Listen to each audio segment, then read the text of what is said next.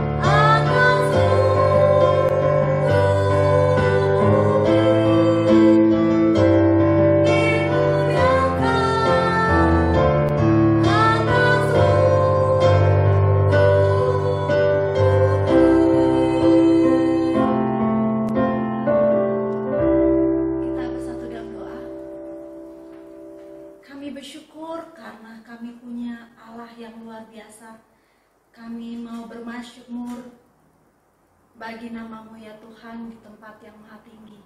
Saat ini kami datang kepadamu, kami mau beribadah, kami mau menaikkan puji sembah kami, bahkan mau mendengarkan firman-Mu.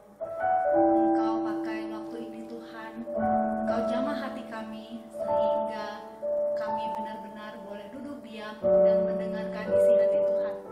Terima kasih Bapa, lingkupi kami dengan Roh-Mu yang kudus. Dalam nama Tuhan Yesus, kami sudah berdoa dan bersyukur. Amin.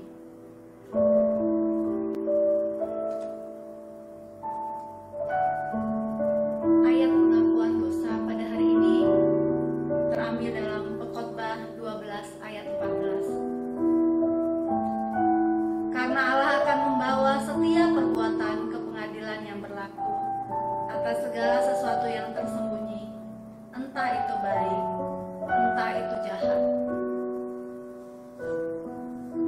Kita bersyukur karena Tuhan Yesus sudah mati untuk kita. Dia mampu memurnikan kita atas cinta kita mula-mula kepadanya.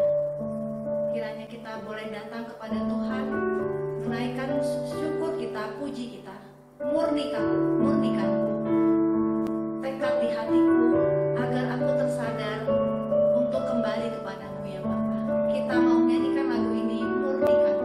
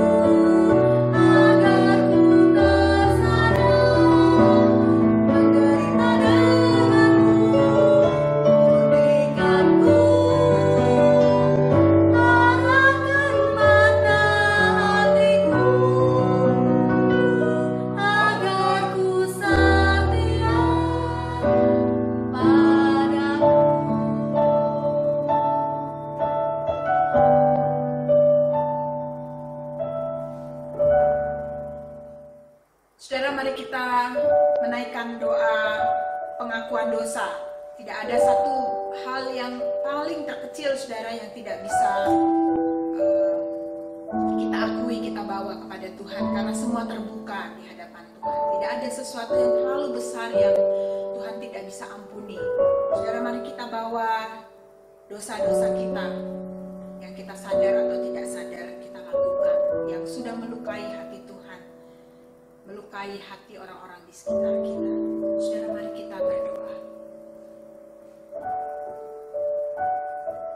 Tuhan, betapa sering kami menaklukkan diri kami, Tuhan, di bawah dunia ini, dan kesenangan-kesenangannya, kenikmatan-kenikmatannya, Tuhan, kemuliaan-kemuliaannya. Seolah-olah Tuhan, kami memperbudak diri kami sendiri. Kami membiarkan diri kami, Tuhan, ditaklukkan oleh dunia ini. Seolah-olah kami tidak memegang kendali, bahkan kami lupa bahwa Tuhan sebenarnya pemilik kehidupan kami. Ampuni kami Tuhan, ketika kami hanya mencari kepuasan kami pribadi.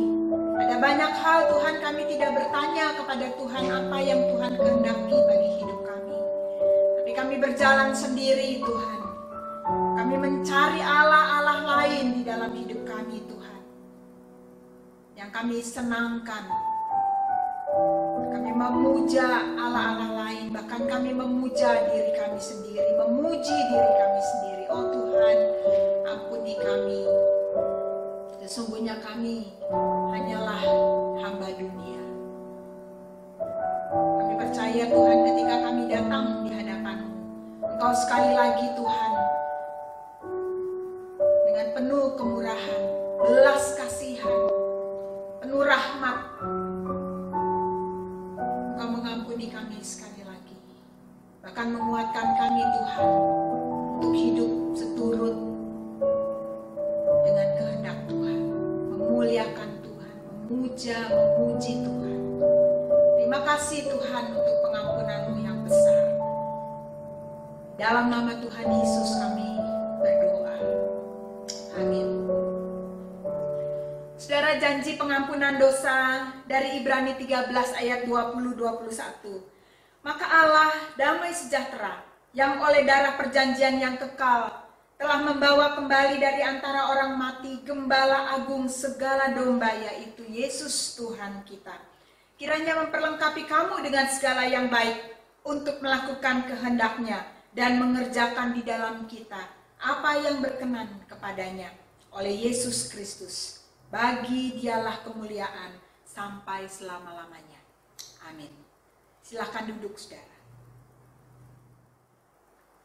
Kita bersyukur karena kita punya Tuhan Yesus yang sudah mati untuk kita. Dia sudah memberikan dirinya ganti kita di dalam Dia menebus dosa-dosa kita. Terlalu besar kasih-Mu Bapa, terlalu mahal darah-Mu Yesus tercurah untuk menebus hidup. Kita menyanyikan lagu ini, terlalu besar kasih-Mu Bapa. Telah kulihat bukti kasih-Mu, Kau menderita gantikanku. Dengan darah-Mu Kau selamatkan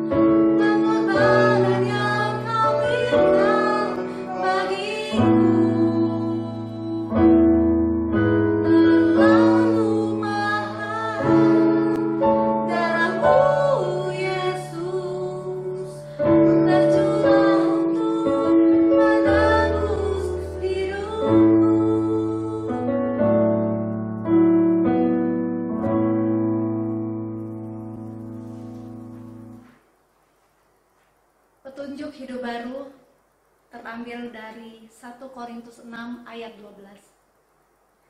Segala sesuatu halal bagiku, tetapi bukan semuanya berguna.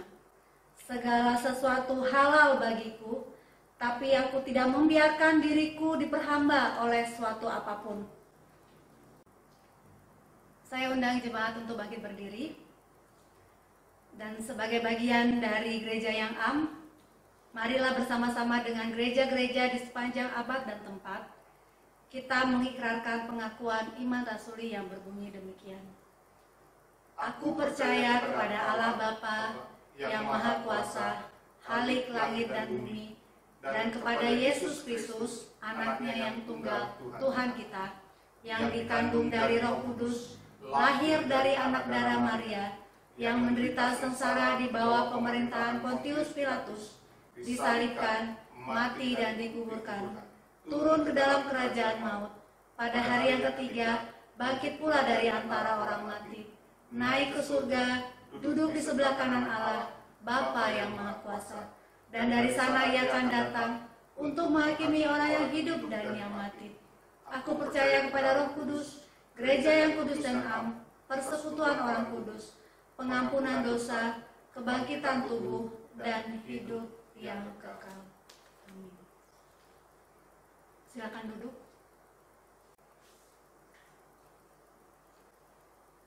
Kita akan mendengarkan firman Tuhan.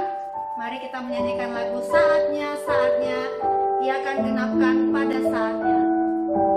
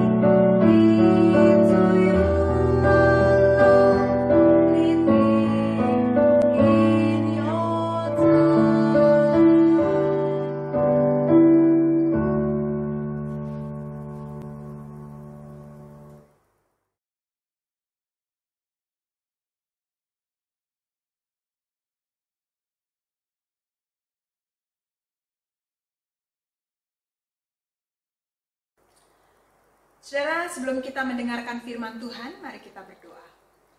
Tuhan, kami mengucapkan syukur, Tuhan, kalau Engkau terus membimbing kami, Tuhan, Engkau terus mengajar kami di tengah-tengah kehidupan kami. Sehingga kami, Tuhan, boleh hidup terarah, fokus, dengar-dengaran apa yang Tuhan inginkan. Terima kasih Tuhan, sekali lagi Engkau buka pikiran hati kami, lembutkan kami, tolong kami supaya kami boleh berani mengubah apa yang Engkau ingin kami ubah Tuhan. Tolong lembutkan hati kami supaya kami tidak keras dan kami argue terhadap kebenaran-Mu. Dalam nama Tuhan Yesus kami berdoa. Amin. Saudara, di dalam minggu yang kedua dari bulan keluarga ini, yaitu tentang pembunuh keluarga. Kita membahas topik pembunuh keluarga yang minggu ini adalah tentang gadget. Gadget itu apa, saudara? Gadget itu, saudara, segala sesuatu yang sebenarnya disebutkan sebagai alat, ya saudara, atau kalau bahasa Indonesianya itu gawai, ya gawai. Di dalam Wikipedia dituliskan, saudara, bahwa gawai atau gadget adalah suatu piranti atau alat atau instrumen yang memiliki tujuan dan fungsi praktis yang secara spesifik dirancang lebih canggih dibanding dengan teknologi yang diciptakan sebelumnya. Nah, saudara, perbedaan gawai dengan teknologi yang lain adalah unsur kebaruan, berukuran lebih kecil. Ya, misalnya contohnya komputer. Dulu komputer kan besar-besar ya, saudara ya, besar begitu ya. Komputer merupakan alat elektronik yang memiliki pembaruan berbentuk gawainya, yaitu jadi bentuknya sekarang laptop ya, atau notebook atau netbook. Atau telepon rumah, saudara ya. Telepon rumah itu merupakan alat elektronik yang memiliki pembaruan berbentuk handphone, telepon seluler. Nah, saudara, mendasari apa yang kita ingin bahas pada pagi hari ini, saudara, di dalam 1 Korintus 6 ayat 12 dikatakan segala sesuatu halal atau permitted, diperbolehkan, atau lawful, atau legal, atau apa, boleh begitu ya, saudara, halal bagiku, kata Paulus. Tetapi bukan semuanya berguna atau profit, ya saudara ya. Segala sesuatu halal bagiku, sama kata halalnya itu permitted ya. Tetapi aku tidak membiarkan diriku diperhamba atau dikuasai atau diatur oleh sesuatu apapun. Nah, saudara, di dalam 1 Korintus 6 ayat 12 ini konteksnya adalah tentang percabulan, ya, berarti menyinggung tentang kekudusan hidup. Nah, lalu kemudian, saudara, bagian lain yang juga menjadi dasar dari pembahasan kita adalah 1 Korintus 10 ayat 23. Paulus menekankan sekali lagi, saudara, segala sesuatu itu diperbolehkan. Tadi halal, sekarang diperbolehkan. Diperbolehkan memiliki arti yang atau akar yang sama, saudara, kata yang sama digunakan dengan halal, permitted atau lawful. Benar, tetapi ya segala sesuatu diperbolehkan, ya itu benar. Tetapi bukan segala sesuatu berguna. Segala sesuatu itu diperbolehkan, benar, tetapi bukan segala sesuatu membangun. Jadi ada 3 prinsip ya, saudara. Yang pertama tadi itu adalah, itu apakah berguna? Memang semua itu halal, diperbolehkan, legal, tetapi 3 hal, saudara, yang menjadi prinsip kita di dalam berelasi dengan benda-benda, ya, ataupun segala sesuatu yang ada di dalam dunia ini adalah, saudara, pertama, apakah itu berguna prinsipnya? Yang kedua, saudara, apakah kita itu menjadi diperhamba atau dikuasai atau diatur tidak oleh hal itu. Lalu yang ketiga adalah apakah itu membangun? Ya, saudara, apakah itu membangun, edify, mendidik, membangun. Nah, saudara, di dalam 1 Korintus 10 ayat 23 itu konteksnya adalah penyembahan berhala. Ya, berarti menomorsatukan Tuhan, ya, bukan memakai hal-hal lain itu menjadi tuan atau Tuhan dalam hidup, tetapi menomorsatukan Tuhan. Nah, saudara-saudara, kalau kita kembali kepada tema kita tadi, dikatakan bahwa gadget itu sangat penting, saudara, di dalam kehidupan kita.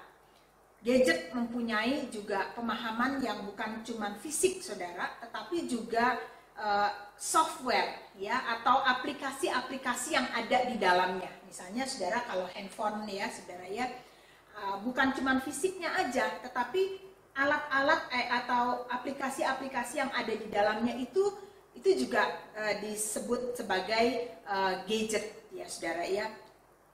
Dengan gadget atau dengan alat ini kita bisa menggunakan apa aja. Nah, saudara, di dalam penggunaan gadget, saudara, di tengah zaman ini, saudara, kalau kita mungkin mengetahui istilah gaptek, ya, saudara, gagap teknologi, ya, gagap teknologi. Kayak kita sekarang mungkin gagap new normal. Ini gimana ya amannya, ya, saudara? Tapi kalau ini dikatakan gagap teknologi, kita lumayan kesulitan, saudara, apalagi di tengah pandemi seperti ini. Nah, saudara, karena melalui ini kita jadi mengurangi kegiatan kita di luar. Kita jadi lebih dimudahkan dan bahkan lebih aman, ya, saudara, karena melalui HP ini, saudara, ya, melalui gadget-gadget yang kita punya, ya, mungkin juga laptop kita, saudara, kita jadi bisa belanja, ya, saudara, ya, kita jadi bisa terhibur, saudara. Di rumah aja itu mungkin, ya, kita bisa membayar tagihan-tagihan. Kita bahkan bisa belajar, anak-anak bisa homeschooling atau home learning di rumah, ya, saudara. Bahkan kita bisa beribadah bersama-sama.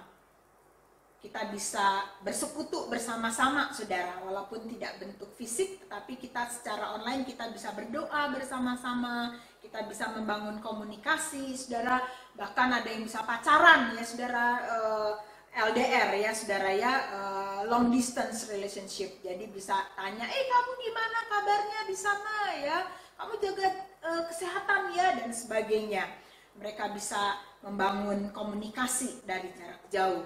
Lalu bahkan kita sekarang bisa masak, ya, saudara, ya, belajar resep-resep baru. Kalau dulu kita harus beli buku, ya, saudara, atau kita harus mungkin simpen, catat resep-resep yang ada dari orang tua kita atau keluarga kita. Tapi sekarang, saudara, dari YouTube, ya, dari macam-macam, dari Pinterest dan sebagainya, saudara, kita bisa catat atau bahkan bisa lihat demonya langsung. Kalau dulu kita mungkin bayar, panggil guru ke rumah. Sekarang lewat handphone kita, saudara, kita bisa mencoba berbagai macam resep-resep yang ada, masak untuk keluarga, ya. Lalu kemudian bahkan mungkin melalui HP ini, saudara, kita mungkin terhindar dari terlambat karena kita bisa pasang alarm lewat HP kita, ya, saudara.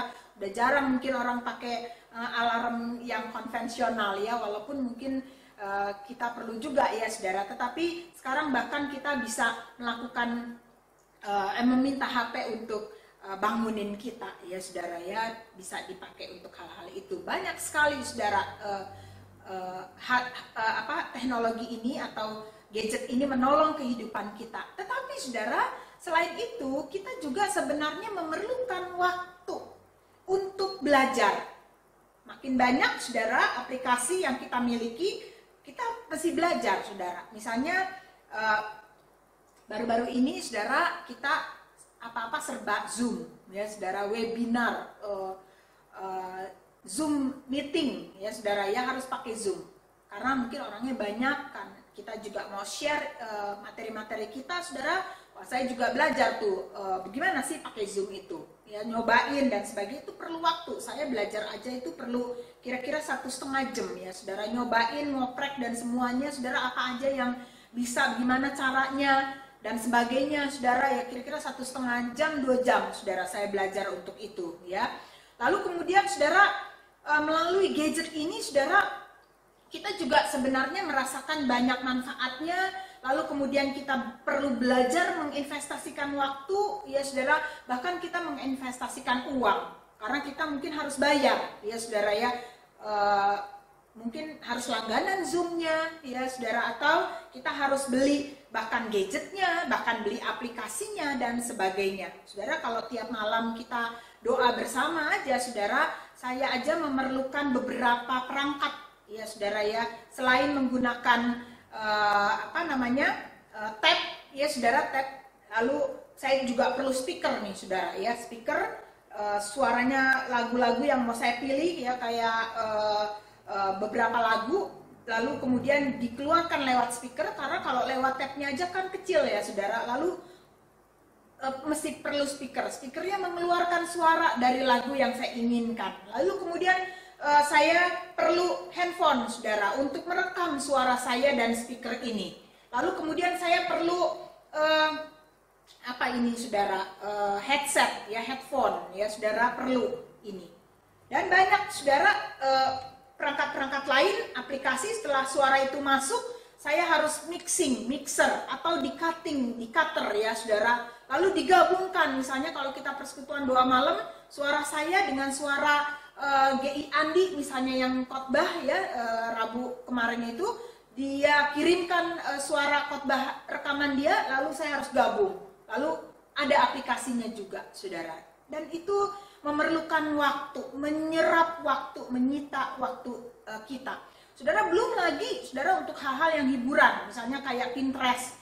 Ada Pinterest ya saudara ya, selain dulu kalau kita lihat apa-apa lewat Google Image, banyak sekali gambar-gambar yang kita bisa lihat saudara. Sekarang kalau ada Pinterest, kita beralih ke Pinterest saudara, karena kita bukan saja bisa melihat, tapi kita bisa menyimpan, bahkan mengkategorikan. Misalnya kalau saya sedang mencari satu tema tentang pasutri ya saudara ya, pasutri misalnya bagaimana mendidik anak tanpa teriakan misalnya begitu ya, saya cari tuh saudara di Pinterest, dan kemudian bahkan dia keluarin banyak sekali referensi, quote, bahkan buku-buku yang ada. Ya itu aja saudara, kita mengeluangkan banyak waktu. Kalau saya nyari itu aja saudara, saya bisa menghabiskan waktu sampai 6-8 jam, bisa seharian saudara. Itu baru nyari referensi saudara ya. Belum lagi kalau nyusun khotbah dan sebagainya, itu perlu banyak sekali waktu. Dan kemudian saudara ada aplikasi-aplikasi lain. Barusan Pak Budi memperkenalkan saya satu aplikasi dari Guru Injil Tatang juga ya saudara, namanya Script, SCRIBT, Script. Jadi kita bisa membuka buku-buku, bukan cuma buku-buku populer, tetapi juga ada buku-buku teologi, buku apa aja, bahkan buku masak katanya ada. Saya belum explore saudara. Untuk itu aja saudara, kita mesti punya mengeksplor, banyak waktu yang kita berikan di sana. Harus langganan ya, kira-kira mungkin satu bulan berapa ya, 100.000 mungkin ya untuk script itu saudara. Lalu kemudian ada Canva. Kalau saudara lihat gambar-gambar yang bagus tuh ya saudara, oh hari ini ada seminar, hari ini ada persekutuan, ada doa, ada ini, ada itu saudara, itu pakai aplikasi namanya Canva. Bagus sekali karena kita bisa masukin gambar, masukin kata-kata yang kita mau dan semuanya.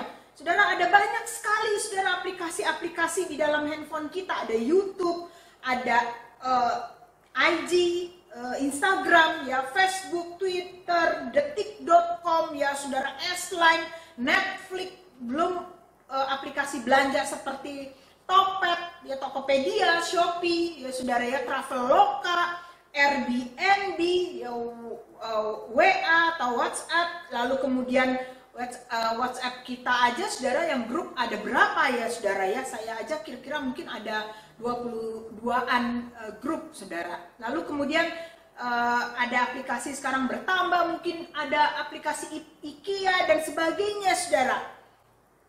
Belum lagi misalnya aplikasi Word untuk kita ngetik, PowerPoint dan sebagainya saudara, di dalam satu handphone kita.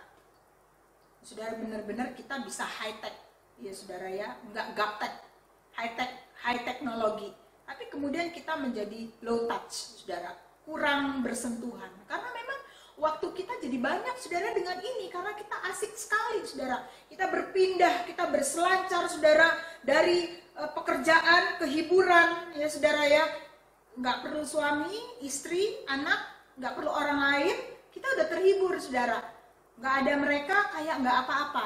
Wah, kalau nggak ada handphone mati deh hidup gue, gitu ya saudara ya. Kayak nggak tahu kalau ini nggak ada saudara. Wah, kalau handphone kita ketinggalan, kita rasanya kayak wah nggak bisa ngapa-ngapain saudara. Kalau pasangan kita ketinggalan, anak kita ketinggalan mungkin masih nggak kenapa-napa gitu ya. Tetapi kalau handphone kita saudara nggak ada, kita seperti kayak wah ini mau ngapain ya? Wah ini mau apa ya? Mau apa ya? Ya kan kalau kita nggak bisa tidur aja saudara ya, kita baca supaya kita bisa tidur saudara. Nah saudara-saudara, kalau banyak saudara waktu yang kita berikan bagi handphone kita, saudara nggak heran saudara ini bisa menjadi pembunuh bagi keluarga kita. Orang-orang yang jauh karena kita membaca saudara lewat media sosial, lewat Facebook, Instagram dan segala berita semuanya saudara, majalah-majalah atau koran-koran online itu yang jauh saudara kita tahu perkembangannya. Kita tahu tuh gimana kabarnya Syahrini ya saudara ya. Kita tahu tuh kabarnya bagaimana itu Pak Anies, Ahok. Wah kita seperti kenal saudara. Yang jauh yang gak pernah kita lihat saudara, wah kita seperti kenal, seperti dekat. Tetapi yang dekat saudara, yang kita kenal hari-hari itu jadi jauh. Karena kita nggak punya banyak waktu atau cukup waktu untuk berinteraksi dengan mereka. Boro-boro saudara, berapa waktu saudara terakhir kali kita bertanya, kamu gimana kabarnya suamiku? Hai babe, kamu gimana hari ini? Hai sayang, Hani gimana kabarnya hari ini? Enggak saudara, kita lupa mau tanya kayak begitu. Maka kita kemudian menjadi low touch, kurang sentuhan. Ngomong ya saudara, orang itu perlu 8 kali sentuhan loh saudara. Kalau kurang dari itu kurang sehat katanya ya saudara. Bagaimana mau nyentuh? Yang kita pegang aja handphone ya saudara. Setiap hari kita malah megang handphone. Yang banyak sekali mungkin para wanita saudara masuknya ke sosmed. Ya sosmed tuh bukan Tokopedia atau Shopee ya saudara ya. Sosmed itu adalah Facebook, Instagram ya saudara ya. Kita lihat-lihat, wah kita lalu kemudian saudara membandingkan bahkan diri kita dengan mereka saudara. Kok aku nggak kayak gini ya, kok pasanganku nggak kayak gini, kok temanku nggak kayak gini, anakku kok nggak kayak gini dan sebagainya. Bahkan gerejaku kok nggak kayak gini, pendetaku kok nggak kayak gini ya saudara. Kita kemudian mulai nggak real di dalam kehidupan kita saudara. Nah, saudara-saudara, saya mungkin mau memasukkan satu catatan tambahan saudara untuk pengaruh sosial media terhadap mental health atau kesehatan mental kita, atau yang disebut sebagai satu jangan sampai begitu ya, sosmed itu membuat kita mengalami mental breakdown atau rasa frustasi. Nah saudara, ternyata saudara sosmed itu saudara ada beberapa hal yang perlu diperhatikan oleh kita. Sosmed itu saudara, the more you look, the less you see. Wah, apa bedanya? Semakin kamu melihat saudara itu orang atau gambar itu saudara, sebenarnya semakin sedikit kamu memahami. Kalau kita cuma melihat sosmed ini dan kita menganggap kita kenal dengan orang ini saudara, atau kita mengetahui saudara hanya melalui gambar atau sosmed atau video aja, saudara sebenarnya ada banyak hal yang tidak terlihat di balik itu. Ya ingat ya saudara ya, bahwa katanya ada satu quote ya saudara, ada satu kutipan berkata, not all that glitters is gold. Enggak semua yang gemerlap itu adalah emas. Jadi saudara, kalau kita melihat gambaran orang, aduh enak banget ya dia keluar negeri ya, wah gue kok nggak pernah keluar negeri, kok gue nggak bisa ya, pasanganku kok nggak bisa dan sebagainya, aduh aku kok orang yang paling sengsara ya, paling melarat. Saudara makin lihat orang lain pergi ke luar negeri, makan enak dan sebagainya, saudara mungkin akhirnya saudara punya standar atau definisi tentang kebahagiaan, kesuksesan saudara dipengaruhi. Ya ada sih orang ngelihat, enggak, ini mah bukan yang aslinya ya, tapi saudara jadi akhirnya menghakimi, mencurigai dan sebagainya saudara. Tidak mudah saudara untuk memiliki satu reaksi atau respons yang tepat terhadap sosmed, terhadap gambar-gambar yang orang lain kirim. Cara yang paling jitu adalah saudara mengurangi saudara melihat-lihat hal itu. Ya, memang saudara, kita mungkin sebagian kita mungkin bilang itu kan untuk jualan, saya kan mau jualan, mau bisnis pakai itu, iya nggak apa-apa. Tapi saudara perlu membatasi, sangat membatasi. Saya kira-kira mungkin udah 1 tahun setengah kayaknya saudara nggak lagi aktif di dalam bersosial media. Ya, saya sempat buka Instagram, tapi kemudian akhirnya saya nonaktif, bukan dinonaktifkan, tetapi saya tidak mau pakai lagi. Dan sangat tidak aktif di Facebook. Dulu saya aktif sekali saudara, saya merasa bahwa melalui Facebook itu saya bisa menjadi berkat dan sebagainya. Tetapi saudara, ternyata waktu yang saya berikan menjadi berkat di dunia yang tidak nyata itu terlalu banyak. Dan itu akhirnya distract saudara. Saya akhirnya lebih senang melihat si ini gimana nih, si itu gimana, nyapa. Akhirnya benar-benar itu menyita waktu saya. Akhirnya benar-benar orang yang deket nggak terperhatikan. Dan saya mulai berpuasa Facebook satu tahun atau 1,5 tahun ini. Dan oke, saudara, rasanya saya kok lebih sehat. Waktu saya untuk hal-hal yang real itu saudara kok rasanya lebih banyak ya saudara. Lalu kemudian saudara, kenapa kok media sosial itu atau melalui gadget itu bisa membunuh keluarga atau pernikahan kita? Ya iya, kalau saudara baca, lihat, lalu saudara membanding-bandingkan, ya saudara nyindir terus tuh, tak punya badan kayak gini dong ya, tuh kayak gini tuh, kayak si ini dong dad, kayak gini dong babe, kayak gitu dong sayang, ya bodinya ininya nge-gym dong, ini dong, itu dong, dan sebagainya. Ya bisa membunuh saudara. Nggak ada orang yang senang dibanding-bandingkan saudara. Akhirnya kemudian hubungan kita yang mungkin tadinya memang rapuh, saudara, sebenarnya sih bukan salah gadgetnya, tetapi memang hubungannya rapuh, ditambah lagi saudara, dibandingkan, dituntut, lalu menjadi orang lain, ya dihina bahkan. Bahkan saudara udah habis dituntut ditinggal pergi karena dia asik dengan HP-nya, dia makin kurang relasinya dengan kita.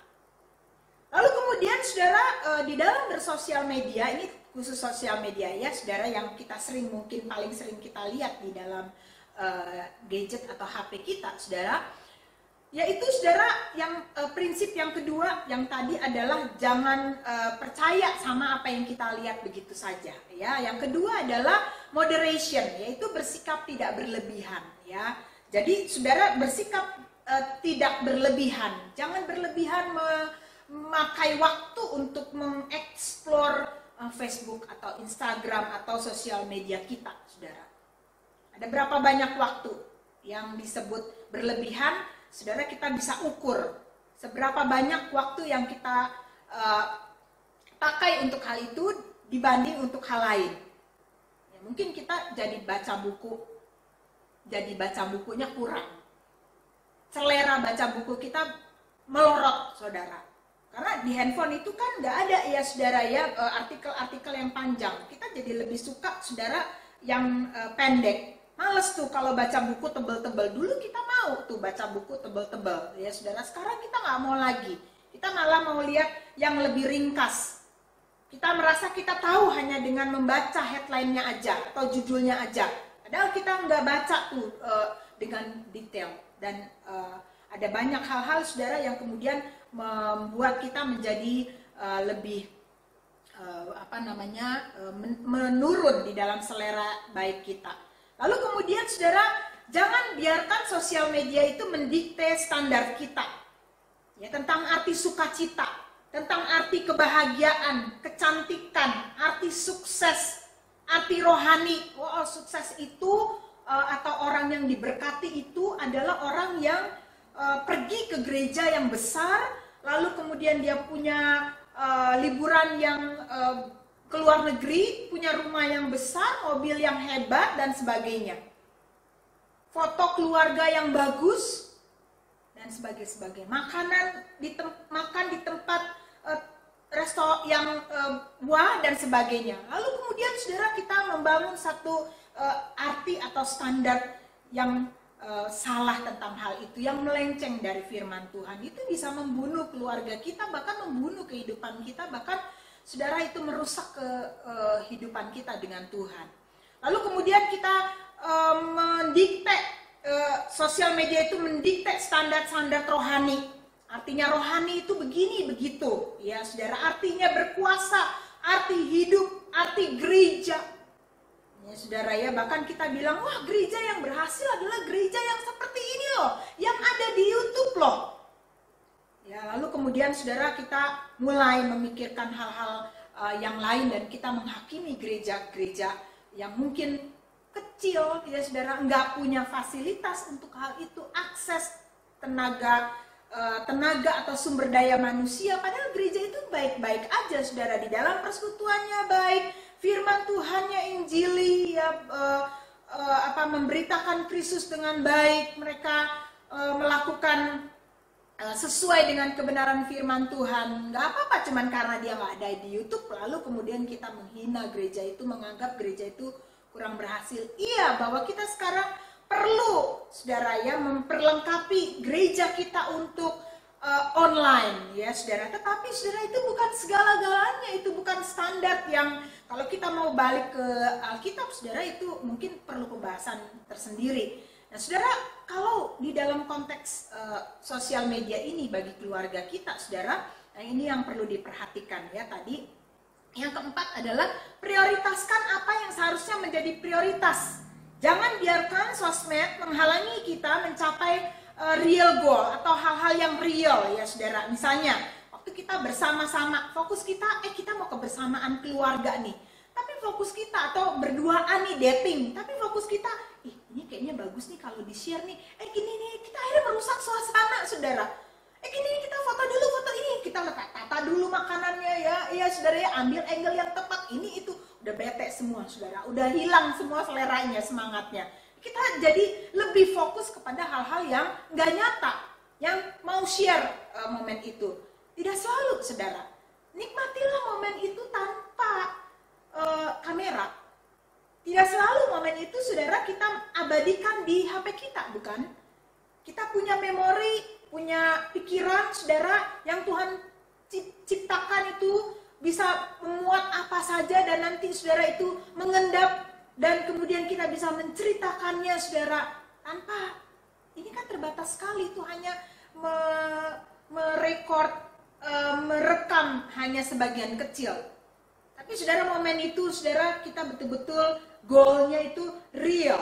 Nikmati momen itu, kebersamaan dengan pasangan kita, dengan anak kita. Enggak peduli dengan kamera. Nanti mungkin ya setelahnya udah atau apa, atau kita mau share dan sebagainya dengan bentuk tulisan, tidak selalu dengan gambar ya, saudara memberikan satu meaning yang baru terhadap momen itu.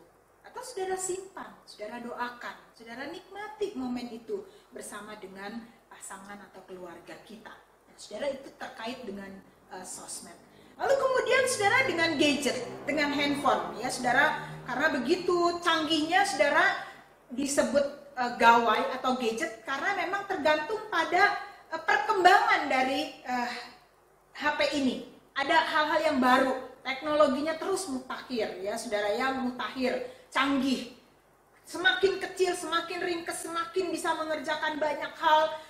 Nggak perlu lagi alat-alat yang lain, cukup satu ya saudara ya, bahkan mungkin nanti bisa tes darah apa segala macam kali ya saudara ya di sini ya, bahkan mencek kesehatan kita dan semua saudara makin canggih ya. Ini udah nggak bisa berlaku, kita harus beli yang baru, beli yang baru, beli yang baru lagi.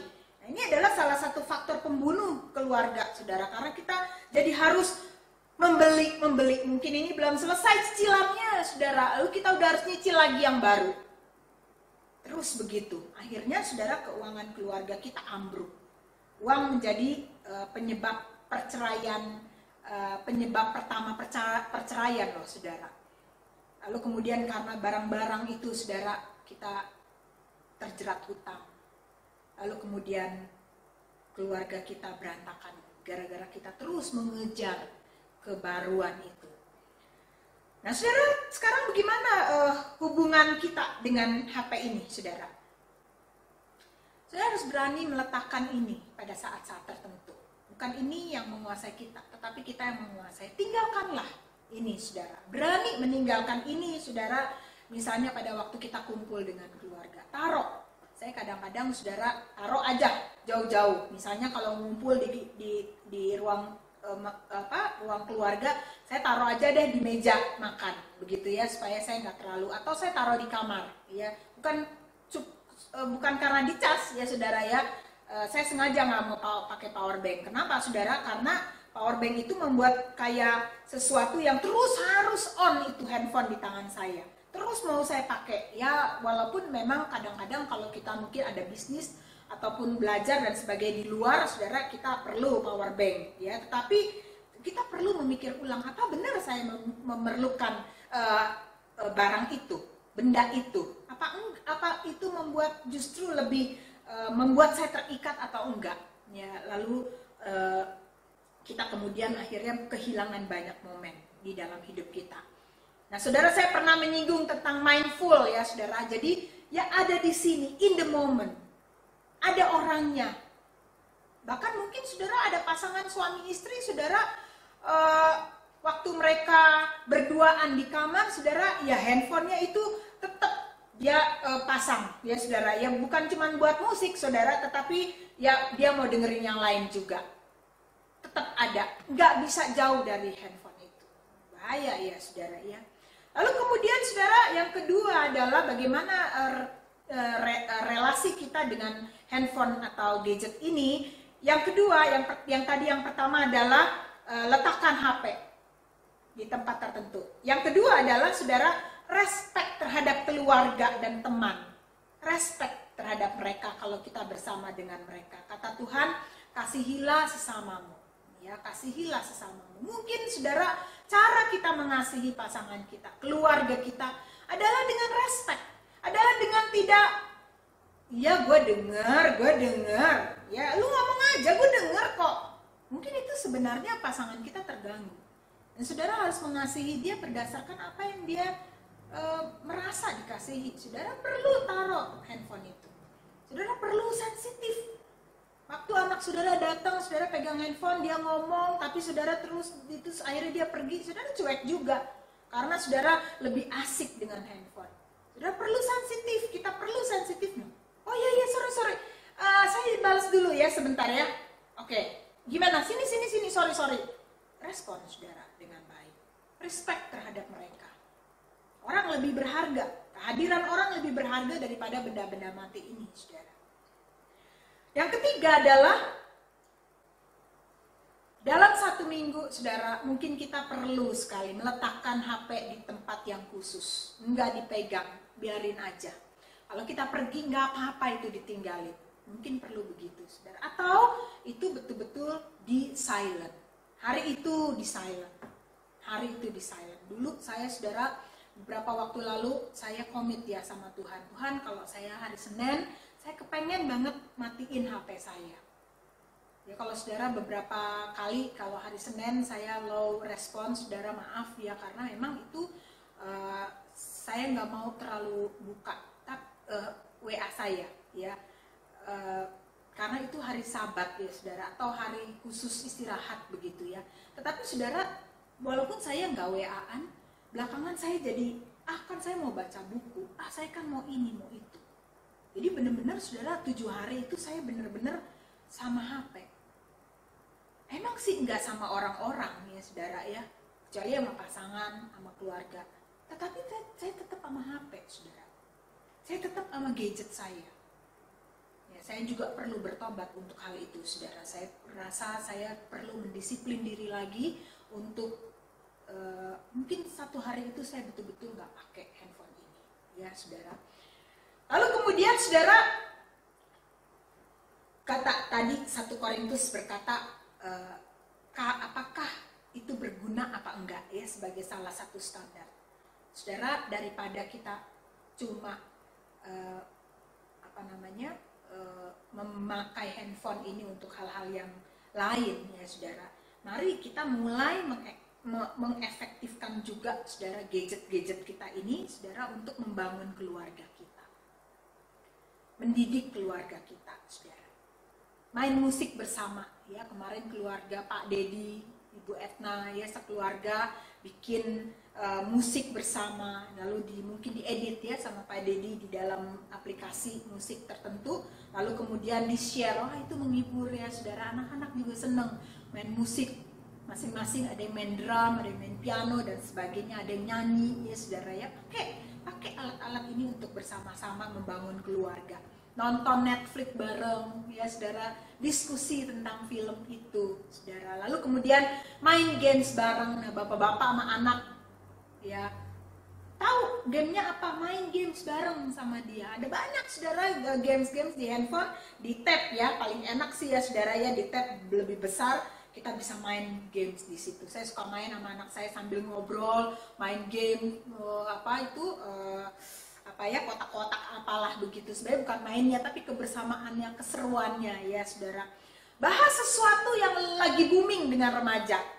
Tadi Pak Budi share sama saya saudara soal lati ya, soal lati ya. Pak Budi perkenalkan, saya lihat nih anak-anak muda Indonesia tuh bisa bikin musik yang keren kayak gini loh.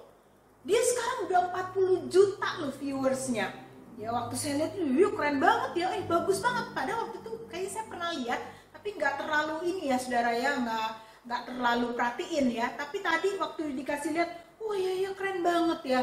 Dan itu dibahas saudara oleh ada orang-orang Korea dan di Amerika dan sebagainya saudara, membahas tentang bagaimana musik yang dibuat itu saudara oleh Weird Genius ya. Bagus sekali saudara ya, itu bisa dibahas, tanya sama anak, itu udah lama Pak, gini ya. Lalu kemudian kita membahasnya saudara. Baik sekali, bagus sekali saudara kalau ada kita mengikuti hal-hal itu.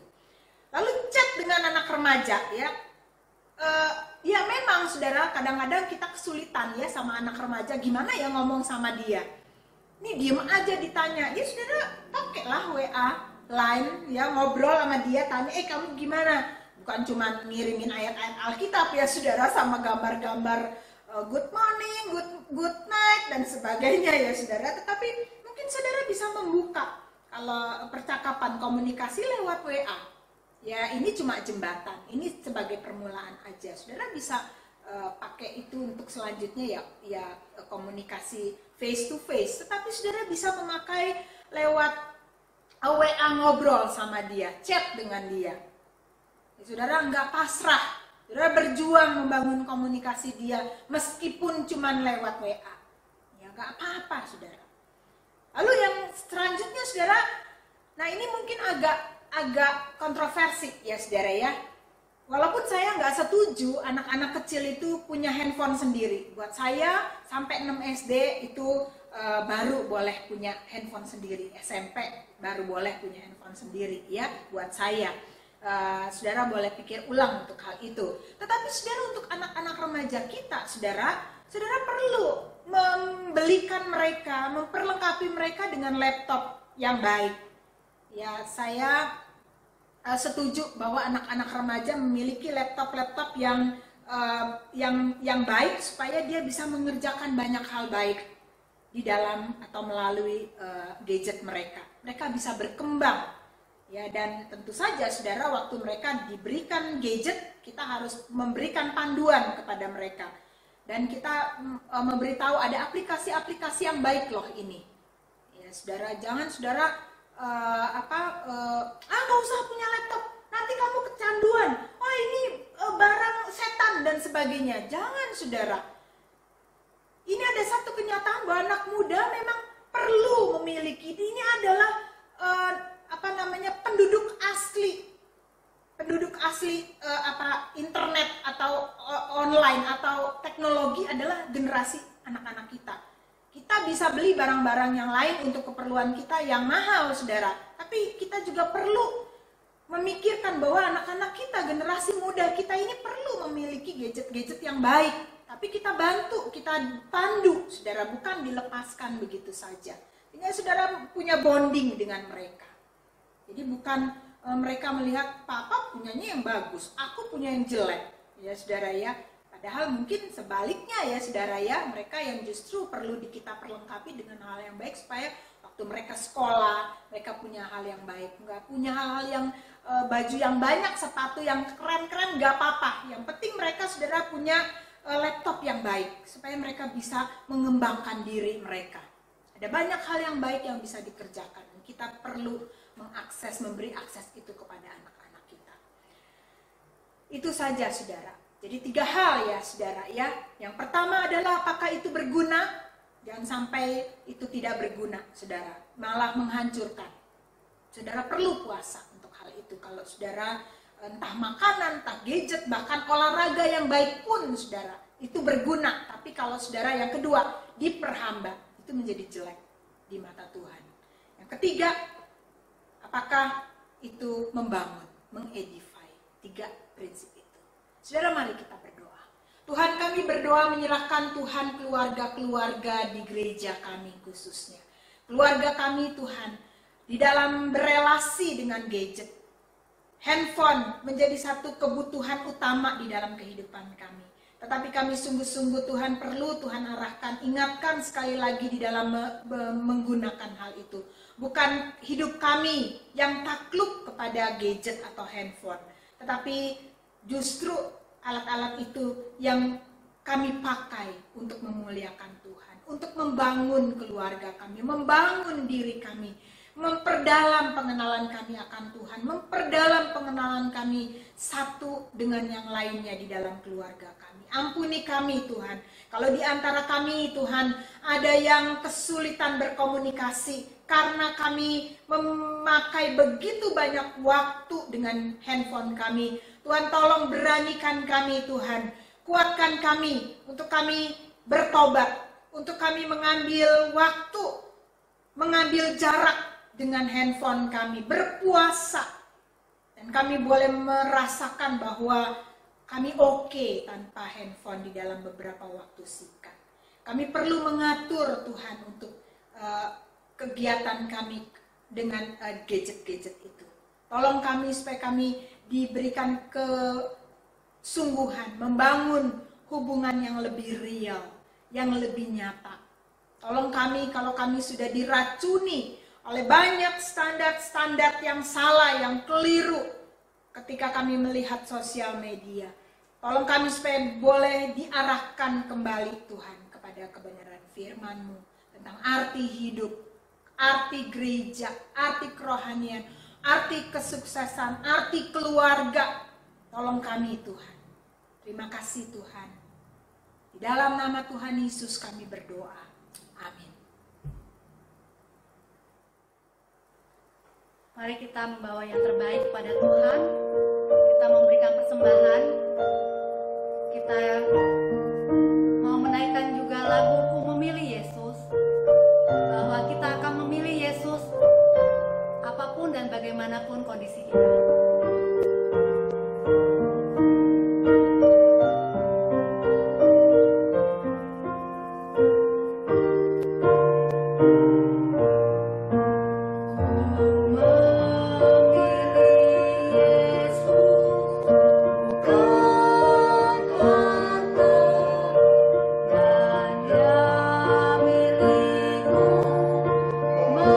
Melebihi semua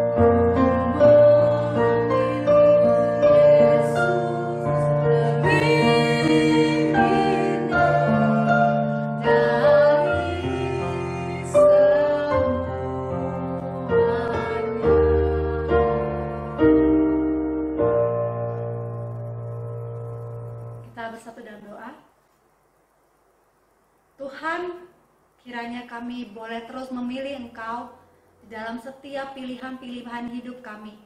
Bahkan di sepanjang minggu ke depan, kami sungguh berdoa kiranya penyertaan Tuhan boleh terus nyata dalam hidup kami. Kami bersyukur buat persembahan yang sudah kami berikan, biarlah kiranya persembahan ini boleh menjadi dupa harum di matamu dan boleh dipakai untuk memperluas kerajaan-Mu. Terima kasih Bapa yang baik. Berkati setiap tangan-tangan yang sudah memberikan, kiranya Allah yang Maha Kuasa boleh terus memberkati kami, sehingga kami boleh terus bersuka cita dan terus bersyukur di dalam setiap kondisi yang kami hadapi di tengah-tengah masa-masa pandemi ini.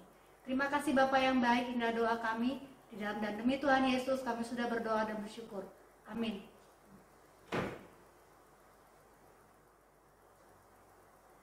Selamat pagi Bapak Ibu yang dikasihi Tuhan.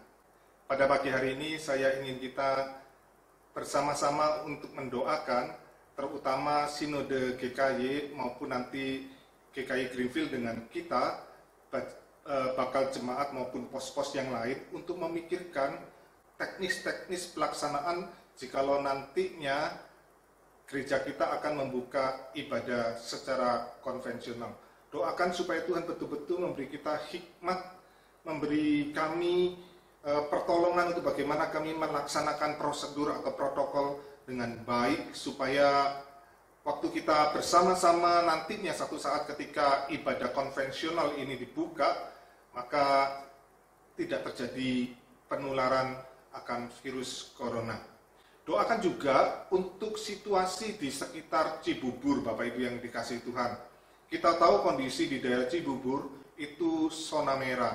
Ada cukup banyak dan mungkin di Kabupaten Bogor, daerah kita ini menjadi kelurahan atau kecamatan yang tertinggi tingkat penyebaran virus coronanya. Karena itu kita mohon belas kasihan Tuhan supaya masyarakat di sekitar Cibubur ini, termasuk kita sendiri, mau mendisiplin diri.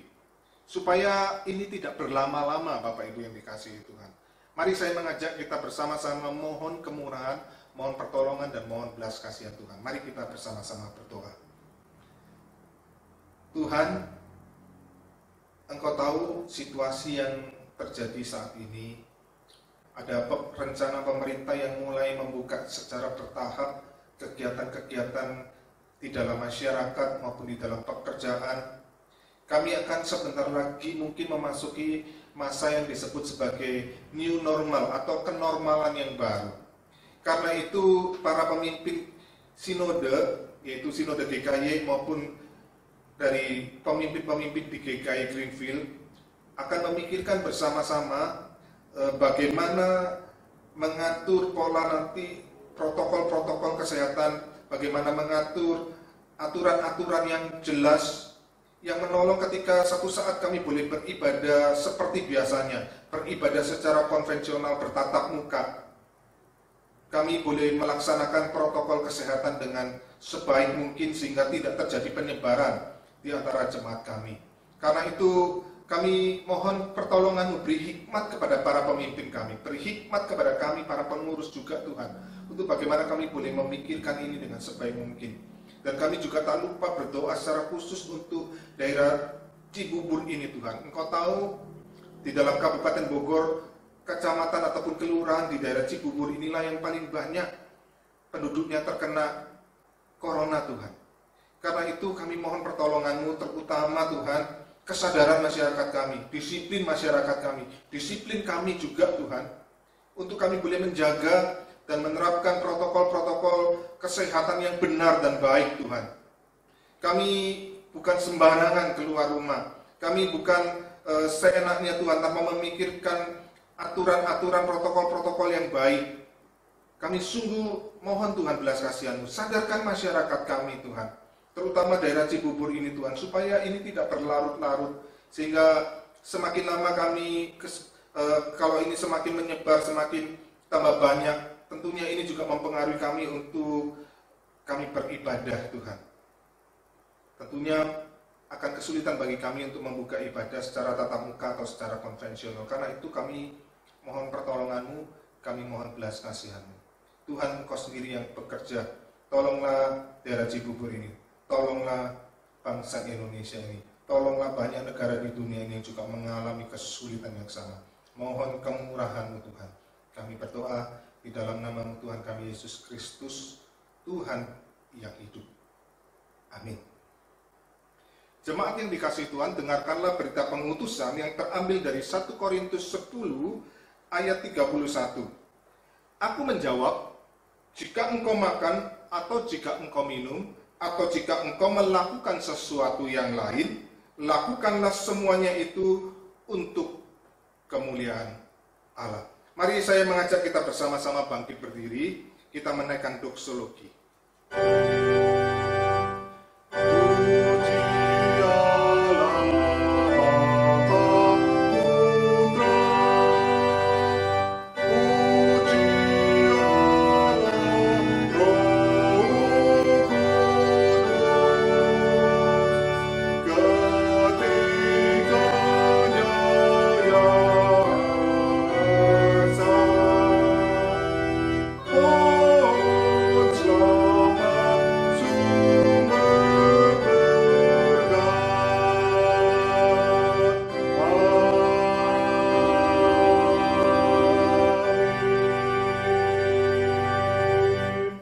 Jemaat yang dikasihi Tuhan, terimalah berkat dari Allah Tritunggal dimanapun engkau berada.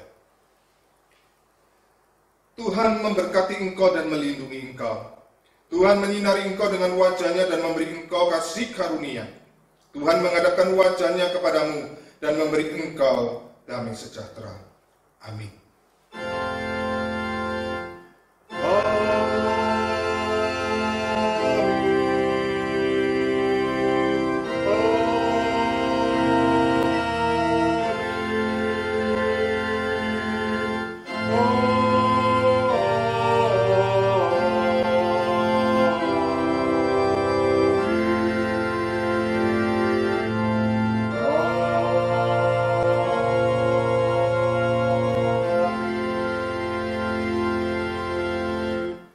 Jemaat dipersilakan duduk, saat teduh kebaktian kita selesai.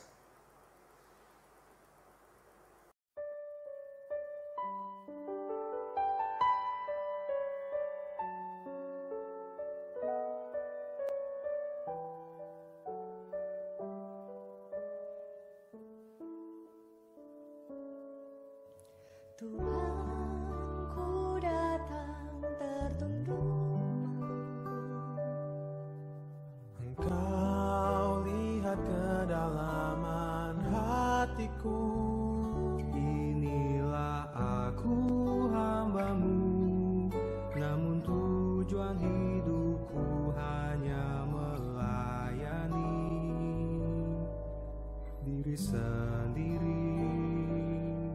Sesungguhnya ku hamba dunia, terpikat oleh kesenangan fana, Akan harta dan kuasa, kebanggaan hati beri belas kasih-Mu. Oh Tuhan,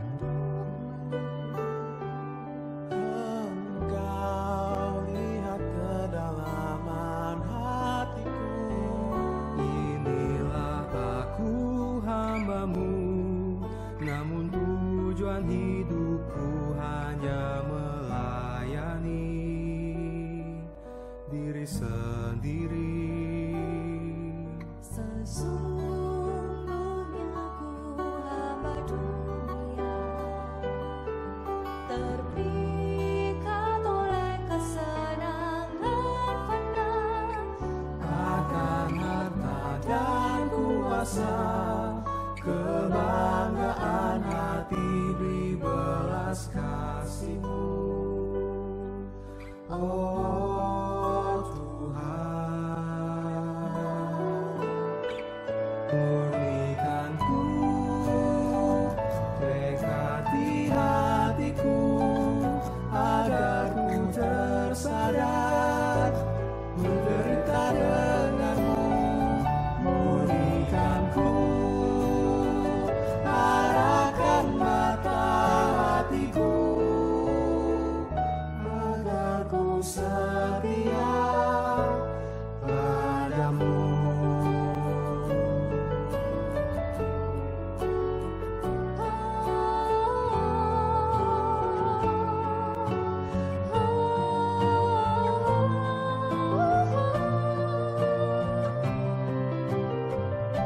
Murnikanku